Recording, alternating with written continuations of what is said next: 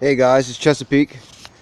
Kind of wanted to do a little video on how I'm setting up my tarp in wet weather for the spring.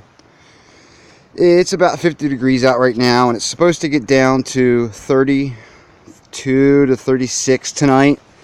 So, you know, out here on the water, it'll be somewhere in between with some wind. So, even though it's, you know, the middle of April, end of April, there's actually a freeze warning tonight. So I'm kind of thinking about what, you know, how I want to set my tarp up, how, you know, what insulation I want to use, what temperature rating, you know, if I want to use my down or I want to use synthetic. So, you know, there's a lot of factors that come into play when you're setting your rig up, not just, you know, throwing the tarp up, throwing the hammock up and jumping in with some quilts and hoping for the best. If you want to be warm and comfortable, you know, even if you don't have super expensive quilts or, you know, a custom tarp, you can still do it. And whether you're at home like right now like I am, or you're, you know, out on the Mason-Dixon trail like I do, or out on the AT or PCT or wherever you are, you know, you could be in the woods across the street from your house. It's important to have the right gear.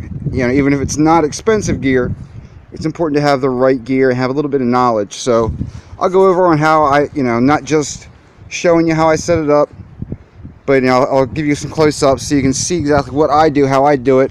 You know, there's a million ways to skin the cat with hammocks, so to say, and everybody does it different. So like I said, we'll just kind of show you how I do mine, and if you have any questions, just let me know. So we'll start with my tarp, and for my ridge line, I just have the Dutch continuous ridge line right here, and then it goes through under my tarp.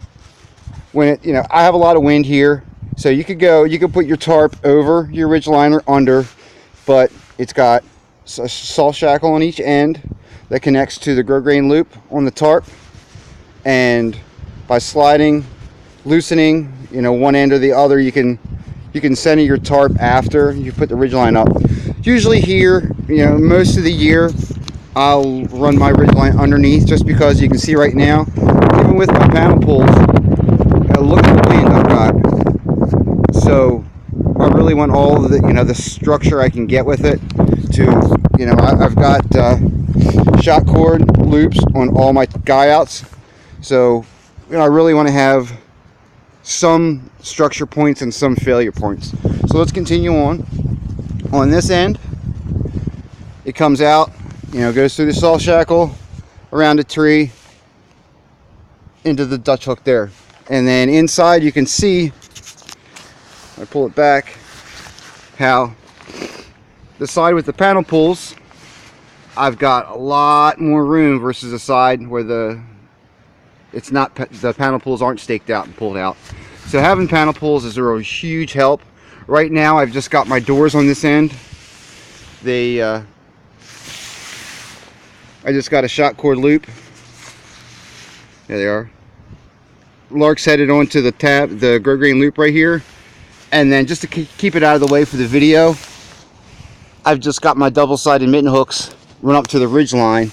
And then to keep them from sliding back and forth like that, I have this piece of shot cord and carabiner on my hammock ridge line that I'll hang a water bottle or my flashlight or my headlamp or whatever from. I just kind of clipped it up here to keep it out of the way for the sake of the video, but I don't ever really keep it that way, you know, at night. Or normally if I want to tie all four doors back, I'll clip the mitten hooks from each end to each other, and then on this side I'll hook those two doors together. It keeps them back on the inside. So you see on this side, you can see how flat it is without the guy outs, or without the panel pulls, excuse me, pulled out. And on this side, you can really see how much more room it gives. Now I don't have, normally I'll use my trekking poles. I'll use my trekking poles instead of these sticks, but just for the sake of the video, I just threw these up real quick. Before I climb in for the night, I'll put my trekking poles in, and that'll raise this line up a little bit and give me just a little bit more room inside. And then if I adjust everything correctly, it'll get rid of this dip right here. So it'll be kind of straight across right there, as opposed to being in like that. But it's windy, it's raining, and I just kind of throw it up to get my hammock dry, keep my hammock dry. And like I said, but normally I'll have it, if I get it right. So, you know, you don't get it perfect every time. I certainly don't. Sometimes it's a little loose. Sometimes it's, you know, it's hard to do it in the wind, and you know, it's not always perfect. So, you know, going from there, on all of my tie outs, I have shot cord loop to a line lock 3, and then some Dutch wire, and then that just runs down to, I have really a lot of roots in my soil here in my yard. So I have, here at home, I just use spikes because they're easy. But if I'm out on the trail or I'm camping, I'll use, you know, either shepherd's hooks or, you know, just regular, you know, like MSR style ground hog type stakes. But here at home, the weight's no big deal, obviously, so I'll just go with these spikes because they're nice and easy to get in and out. And like I said, that's how I do it on all of the guy out points, and then I just kind of hank up my extra so it's off the ground and it's not in the mud or anything, and just throw it up there like that. Keep the doors back, like I showed you that side where they're kind of up out of the way, but sometimes they are, the corners do get a little loose. All depends on how I have it pitched. You know, sometimes I can get it so it's nice and tight and, you know, a perfect tarp shape. Other times it's not perfect. You know, it is what it is. You can see here I have the double-sided mitten hook with the shot cord that runs to the door, and I just right now I just clip it on here. Sometimes I'll use stakes underneath and I'll clip the door line to a stake, but you know, most of the time I'll just clip it to here. It's you can do it however you want, obviously, but most of the time that's how I do it, and I've never had any problem with rain getting in or anything like that. And speaking of rain, when it rains, most people, me included, will have their hammock suspension above their tarp suspension. You can see past my dog's rope there. That way your hammock is, or your tarp, excuse me, is pitched much lower. You can get a much tighter pitch with it this way. And then, you know, if it's nice and I'm using porch mode, I'll raise the tarp suspension up. You know, most of the time, because I'm on a hill here, I won't have it up so high, but I'll bring it up the tree so it's a little closer to the hammock suspension, because I am on a slope here. My yard slopes down towards the water, so getting it perfect is kind of hard sometimes, especially if it's raining or it's, you know, dark out or whatever, it's cold, because this tree is, you know, a couple feet lower. So especially when I'm using my Blackbird XLC and I want to get the foot end, you know, high enough to get rid of the calf ridge and to get my feet elevated, I'll have to put the foot end suspension kind of like up here just to get it so it's not even with the head end. And you know, like I said, I got to use a step ladder and I still have to reach up. So like I said, it's not perfect all the time, but having it this way, you know, I've got my whoopee sling right here, and it just goes up to a strap. I got these straps from Walmart. They're rated to 200 pounds. They had a little buckle on the end. I cut the buckles off, and then it's got a box stitched loop on the end. I just run a soft shackle through it instead of like a, you know, carabiner or something like that. And then Marlin spike hitch, and I've just got a dowel rod. You can use a stick, you can use a carabiner. There's all kinds of things you can do. Like I said, everybody's different. This is just how I do mine. And you know, that comes down. I've got a continuous loop that it's lark setted to, and then I connect it to the hammock kind of in a war bonnet style to kind of emulate how it is on my XLC. And then this is a 110-inch fixed ridge line. I've shortened it some just by wrapping it around a couple times, just to give me a little bit more sag, because it is 11-foot hammock, but I really like a deep sag.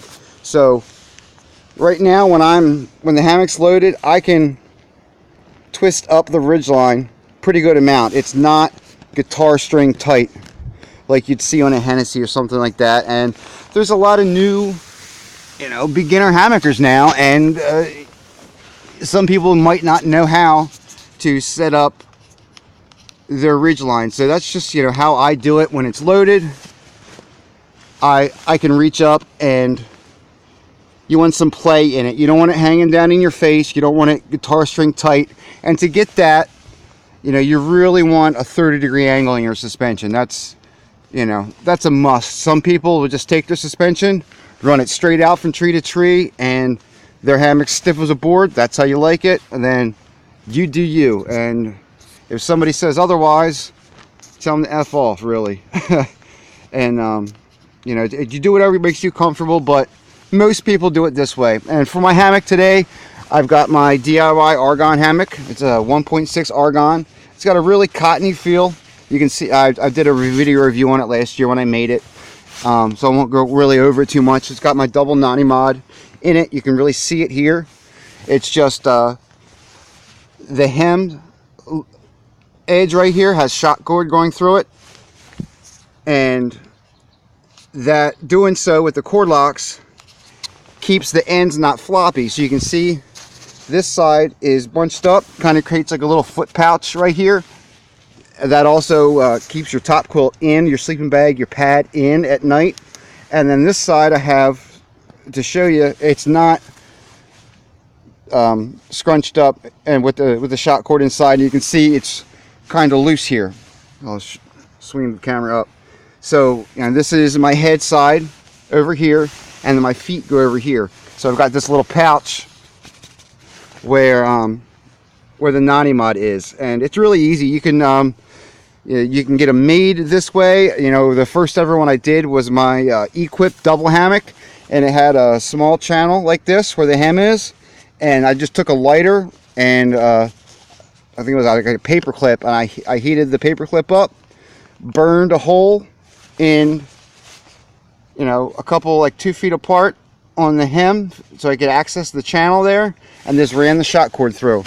There's a couple other ways you can do it. You can sew a grosgrain tab right here and run it through that way.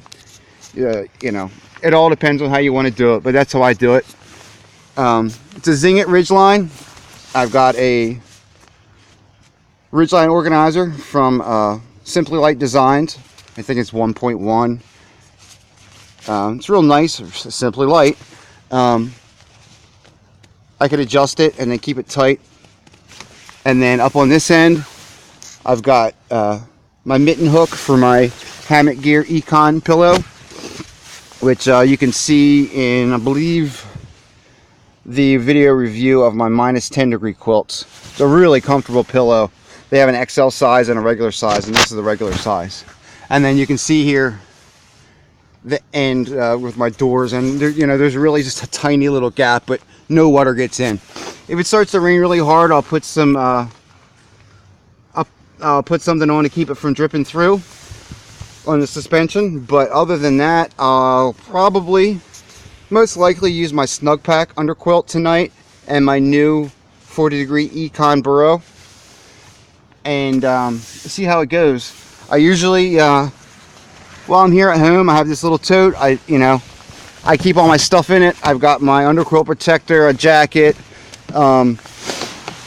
my bug net, which I don't know that I'm going to use because this time of year, you know, if you've seen any of my videos, you know that unless it's frozen solid, I'm using a net because I've got a bug problem.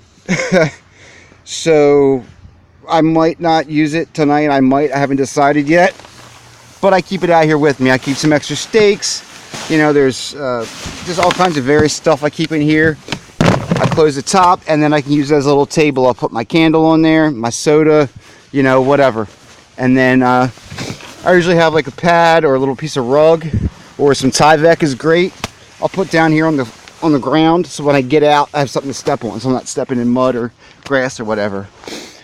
But, you know, that's that. That's kind of a little quick run through of, you know, my setup on a typical spring, cool spring night, so to say. You know, like I said, I probably won't use a down under quilt tonight. even with the tarp in, you know, storm mode, I'm under quilt protector on, there's still a really good chance that I'll get some fog coming in or blowing rain, because I'm on the hill and I've had it come up underneath from this side over here, because I really don't have these 3 trees to hang from. So no matter which way I'm pointing, you know, facing, excuse me, I'll get, if it's the wind strong enough and the rain's going the right way, I'll get rain coming up under. So in situations like this, I'll probably just go with the Snugpak under quilt, and I'll be plenty warm, even if it does get down to 32 degrees, which I doubt it will. Like I said, it'll probably stay around 35 or so tonight. And then I'll use the 40 degree econ, which even at 40 degrees, you know, 35 is below that, but I'm very confident in its abilities. So with the, I'll make sure I'm wearing the right clothing, I'll make sure I have food in my stomach, I'm hydrated, and I doubt I'll get cold tonight. But that's that. Other than that, you can see I've got my my Hammock Gear Xenon tarp sleeve on, and it one end is really wide, and it's got a cord lock and a cinch right there. It's waterproof. And then when I go to pack my tarp up, I just, you know, hank all my lines and then slide this all the way down, pull the cord lock, and then this end is really small so it doesn't, you know, pull all the way through. And then just kind of, you know, to keep it neat, I usually wrap up my line, I usually hank up my lines. This one's kind of short, but I try to keep everything neat so when it's, you know, it's not blowing around, or, you know, I'm not stepping on it, because, you know, these whoopies can get pretty long and you can step on them, you can trip on them. You know, I typically here I get spiders that make webs from them, so I'll use a piece of Velcro, a little Velcro tab or some zip ties, and sometimes I'll even keep them up like that just to keep the spiders from making webs on them. But you know, that's how, like I said, that's how I do things, you know, for this kind of weather. It's just crappy weather. It's a spring, cold spring day, going to be a cold spring night, so you could, like I said, you could go a lot of different ways with what tarp you want to use, what insulation you want to use, you know, how you want to set things up. So that's me, that's how I do it. And if you have any questions, just let me know. Give you just a nasty day out here.